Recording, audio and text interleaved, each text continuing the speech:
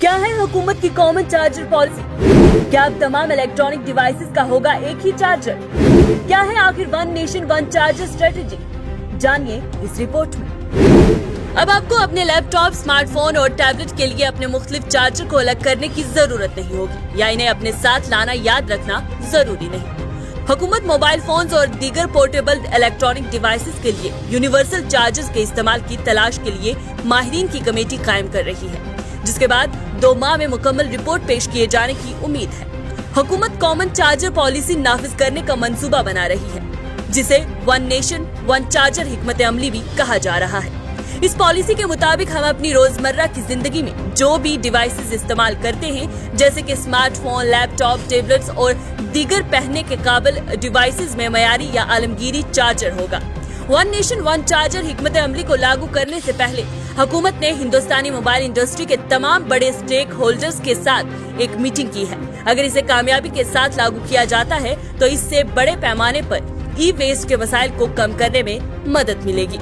ताहम ये हमारी रोजमर्रा की जिंदगी में एक बड़ा मसला हल करेगा, जैसे कि मुअत्तद चार्जर्स का इस्तेमाल और इधर उधर उठाकर चार्जर्स को ले जाना वगैरह वगैरह।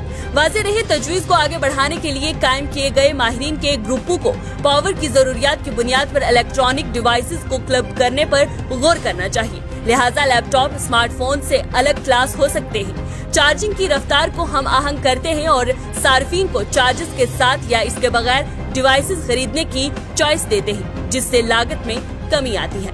आम चार्जर्स के फवाइद वाज़ेह हैं, जैसे कि ट्रांजिशन कॉस्ट।